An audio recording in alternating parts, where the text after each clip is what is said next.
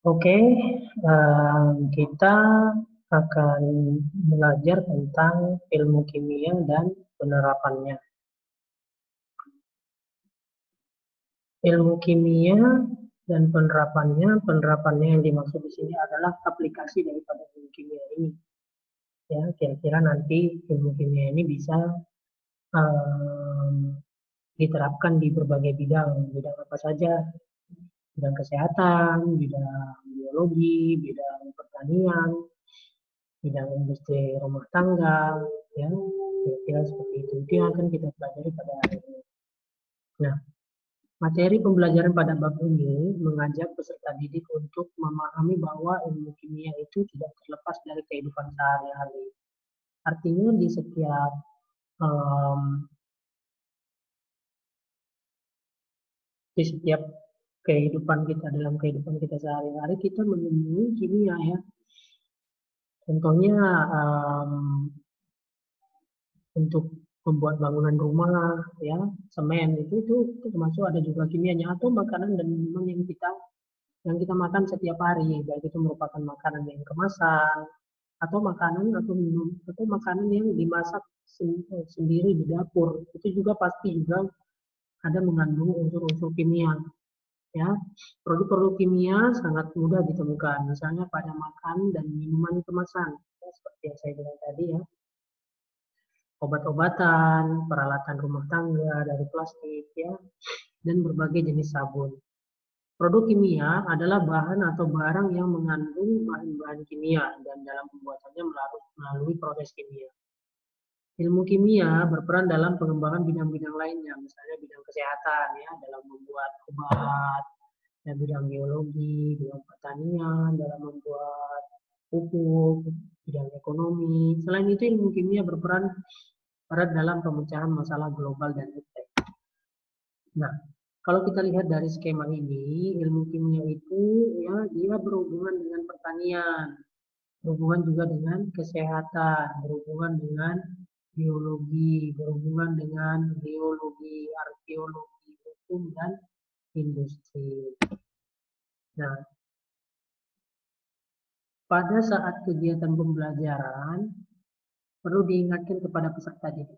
Peserta didik itu maksudnya adalah siswa ya, bahwa materi pembelajaran yang dibahas tidak terlepas dari kekuasaan Tuhan Yang Maha Esa, sehingga akan meningkatkan keimanan peserta didik pada Tuhan Yang Maha Esa. Misalnya bagaimana rahmat Tuhan akan oksigen. Ya. Oksigen itu kan kita bisa mendapatkannya secara bebas. Maksudnya gratis tanpa bayar ya, karena untuk bernapas kita memerlukan oksigen. Nah, bayangkan kalau seandainya sedang sakit misalnya dan perlu oksigen, harus bayar membeli tabung oksigen, kita harus mengeluarkan biaya tertentu. Tapi karena kita masih sehat dan bisa mendapatkan oksigen secara gratis, maka um, kita harus mensyukurinya bahwasanya itu tidak terlepas dari kekuasaan Tuhan Yang Maha Esa.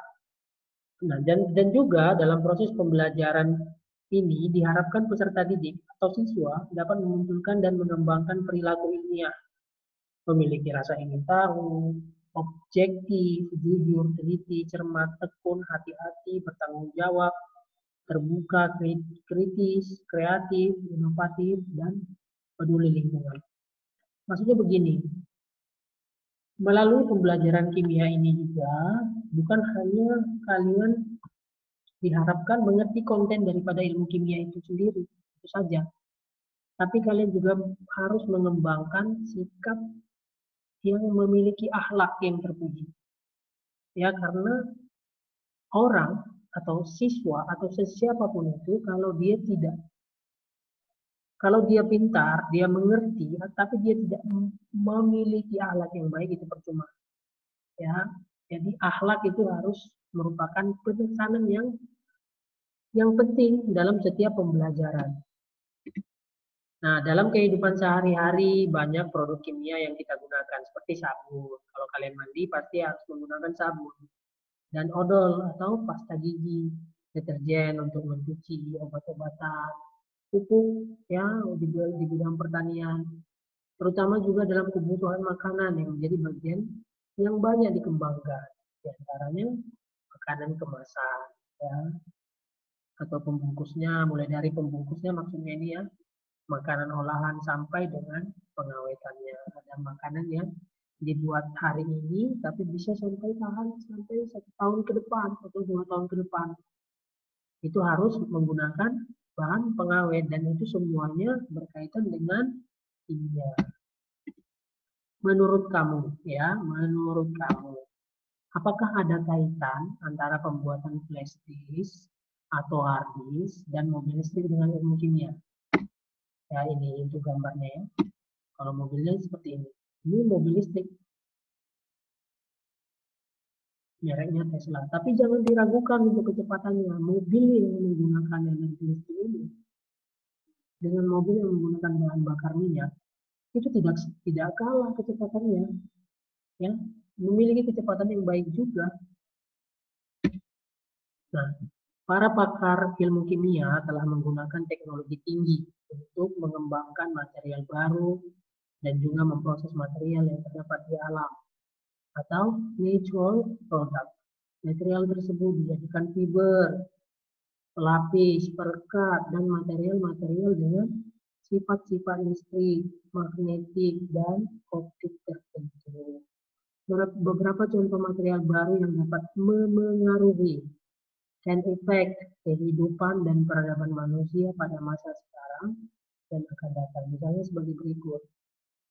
Display panel datar yang menggantikan tabung sinar katode pada televisi. Kalau dulu kan televisi itu besar-besar, ada tabungnya gitu. Nah, zaman sekarang TV itu semuanya flat.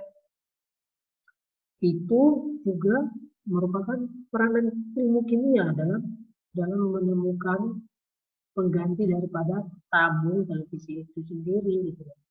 Kemudian poin nomor 2, bahan berskala nanometer atau nanomaterial yang mampu menyimpan informasi besar dengan volume kecil. Itulah flash disk dan hard disk.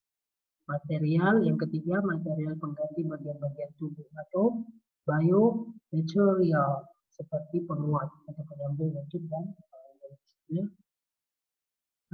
ada kerusakan di wujud seseorang, jadi harus disambung pakai pen. Nah, pennya itu dari biomaterial, itu juga merupakan penerapan daripada ilmu kimia.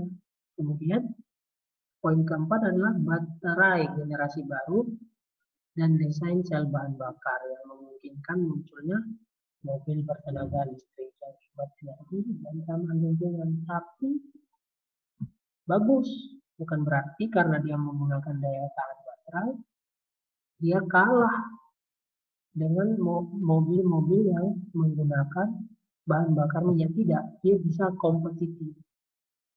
Ya, bisa disandingkan dengan mobil-mobil yang memiliki bahan bakar yang menggunakan bahan bakar minyak. Apakah kalian tahu penisilin? Nah, penisilin itu seperti ini gambarnya. Ilustrasinya ya, kira-kira penisilin itu adalah indikasi antibiotik. Nama produknya penisilin. Komposisi bahan kimia penyusunnya asam N-asetil muramad. Manfaatnya menangani infeksi bakteri. Efek sampingnya pusing, diare, mual, muntah.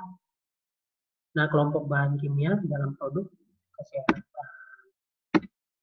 Nah, supaya kalian lebih memahami materi ini, kita akan melakukan kegiatan menggali informasi. Maksudnya menggali informasi ini ya.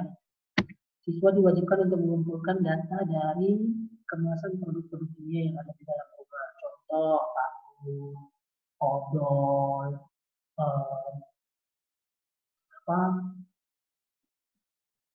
pewangi, ya parfum ruangan, parfum mobil, deterjen atau obat-obatan ya, obat-obatan atau apa namanya, bahan-bahan kimia yang ada di dapur, garam, apa semua bumbu-bumbu, saus, itu nanti kemasannya diambil, kemudian kita gali informasinya. Cara menggali informasinya seperti ini. Kita tulis nama produknya, contoh nama produknya adalah odol. Kemudian kita tulis lagi komposisi bahan kimia penyusunnya apa, manfaatnya apa, efek sampingnya apa. Kemudian kelompok bahan kimia dalam produk apa, kesehatan kah, biologi kah, biologi kah, arkeologi kah, ya. Gitu. Kemudian